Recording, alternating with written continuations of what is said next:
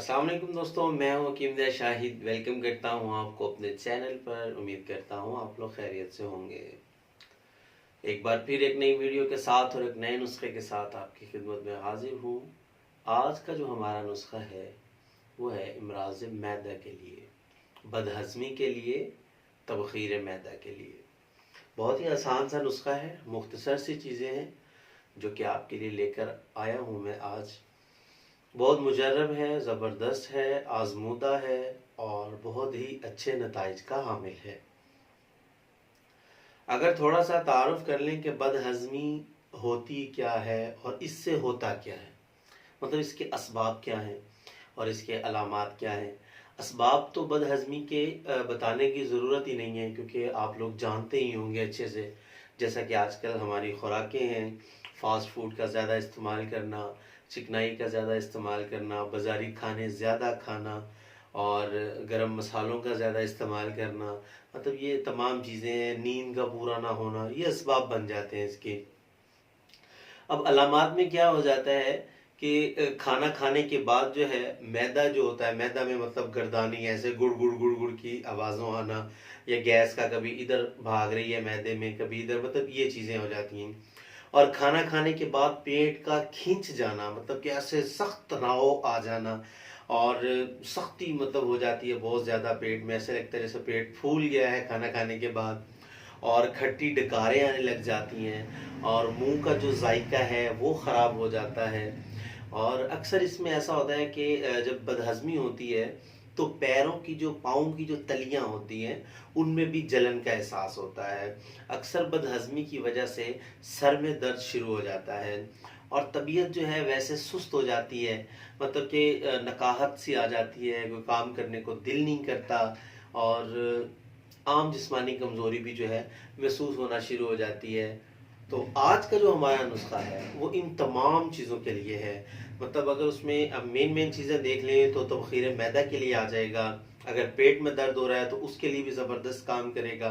अगर किसी को रीह की वजह से, हवा की वजह से गुर्दों में दर्द है तो उसमें भी ये बहुत ज़बरदस्त काम करेगा। और अगर कब्ज़ की वजह से रीह की शिकायत हो गई है, हवा मतलब नहीं खारिज हो रही, उस पर भी बहुत ज़बरदस्त काम करेगा।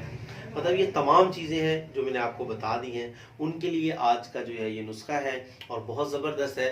और इसका इस्तेमाल बहुत आसान है। मतलब पहले जितने भी नुस्खा जात आपको दिए या आपने इस्तेमाल किए होंगे वो मुख्तलिफ़ किस्म के सफ़ूफ या पाउडर्स की शक्ल में होता है जो कि खाना होता है। तो आज का जो हमारा नुस्खा है ये कैप्सूल्स होंगे और बहुत छोटी सी मिकदार में, मतलब जो है छोटी, मतलब mg, अगर मैं आपको बताऊंगा कि अभी नुस्खा की तरफ हम आते हैं कि कितने mg का आपने कैप्सूल भर के इसका इस्तेमाल करना है और क्या क्या इसकी खुराक है और हमने क्या क्या अज्जा लेने हैं और क्या क्या चीज़ें हमने इस्तेमाल करनी है, तो ये तभी पता चलेगा जब हम नुस्खा की तरफ आएंगे। तो चलिए चलते हैं आज के नुस्खा की तरफ। जी तो दोस्तों, हम आ चुके हैं अपने नुस्खे की तरफ। तो आज जो हमारी मुकम्मल जो मतलब चीज़ें हैं उनकी तादाद है 7। 7 चीज़ें हमने लेनी हैं और ये क्या क्या हैं, सबसे पहले इस चीज़ का तारुफ कर लेते हैं हम। नंबर 1 पे हमारे पास है गंधक आंवला सार, और नंबर 2 पे हमारे पास पुदीना खुश्क मौजूद है। नंबर 3 पे हमारे पास सूंठ है जिसको खुश्क अदरक भी कहा जाता है। और नंबर 4 पे हमारे पास मौजूद है काली मिर्च फिलफिल स्याह। और नंबर 5 पर हमारे पास मौजूद है नुशादा ठीकरी। और नंबर 6 पर हमारे पास मौजूद है सोडा बाइकार्ब जिसको मीठा सोडा भी कहते हैं। और नंबर 7 पे हमारे पास जो है अजवाइन का सत है जिसको सत अजवाइन भी कहते हैं। अब बात कर लें अगर क्वांटिटी की, तो मैं आपको थोड़ी क्वांटिटी में बता रहा हूँ।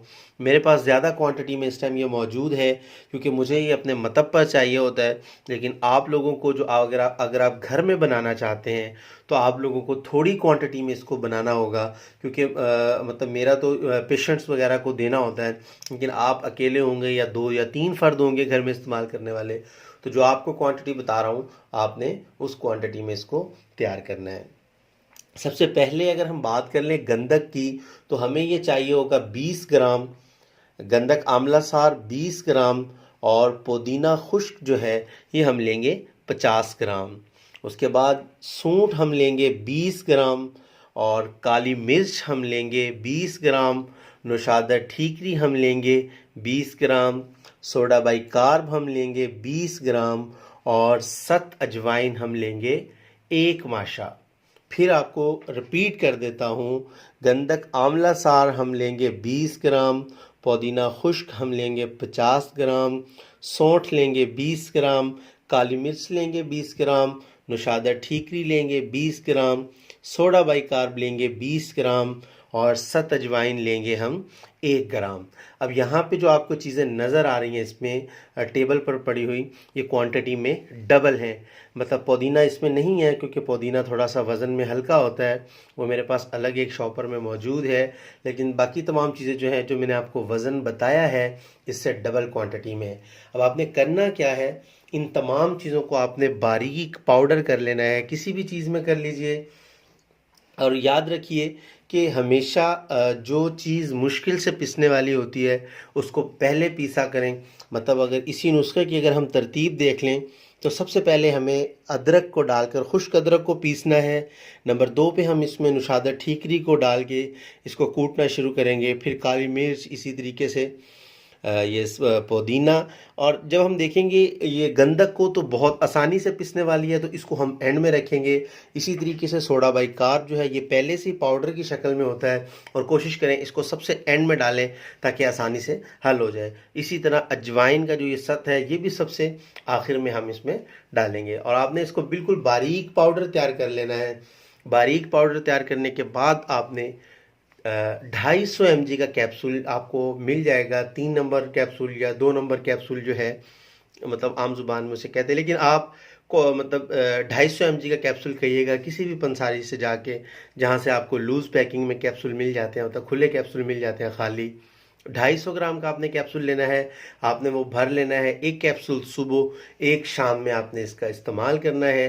इंशाल्लाह जितनी भी ये बदहज़मी और पेट दर्द, तबखीर और ये री की शिकायत जो है, ये जितनी भी होगी, इंशाल्लाह बहुत ज़बरदस्त नुस्खा है और बड़ी जल्दी असर करने वाला है।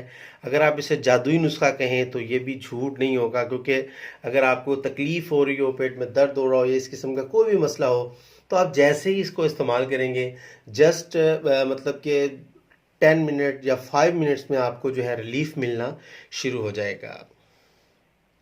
तो आज का नुस्खा यही था हमारा। जी तो दोस्तों, उम्मीद करता हूँ कि आज का नुस्खा भी आपको पसंद आया होगा, और उम्मीद करता हूँ कि आप लोग इसे ज़रूर बनाएंगे और इस्तेमाल करेंगे और इससे फ़ायदा भी हासिल करेंगे। तो जाते जाते आखिरी जो बात मेरी होती है कि चैनल को ज़रूर सब्सक्राइब कर लीजिएगा, नोटिफिकेशन की बेल को ऑन कर लीजिएगा। जो साथ में एक छोटी सी बेल आती है, अगर आप उसे ऑन कर लेंगे तो जब भी मैं वीडियो अपलोड करूँगा आपको नोटिफिकेशन मिल जाएगा, जो आपको मेरी नई वीडियो देखने में बहुत आसानी होगी।